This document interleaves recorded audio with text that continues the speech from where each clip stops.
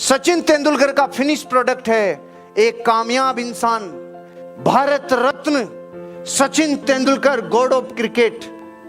लेकिन यात्रा, अरे रात की 3 बजे जब सर्दियों की कड़कड़ाती ठंड में इस अंगुलियों से खून तक आ जाते थे, वो प्रैक्टिस के दिन आप बायोग्राफी के बिना कहीं नहीं पढ़ सकते।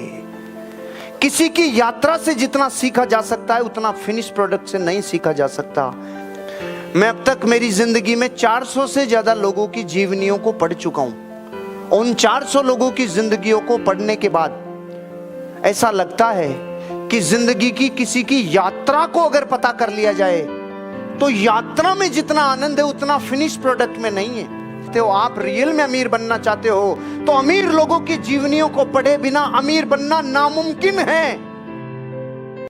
अगर आपकी संगत सकारात्मक लोगों की होगी तो आपकी जिंदगी में आप बहुत आगे जाएंगे, बहुत अचीवमेंट करेंगे। लेकिन संगत अगर नकारात्मक लोगों की होंगी तो डूब जाएंगे।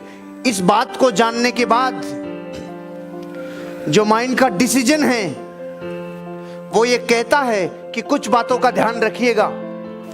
जो भी आप बनना चाहते हो, वो जो दुनिया में बन चुके हैं, उनके जीवन में झांके बिना, उनके जीवन को अपने ऊपर इंप्लीमेंट करे बिना आप वो बन सकते नहीं।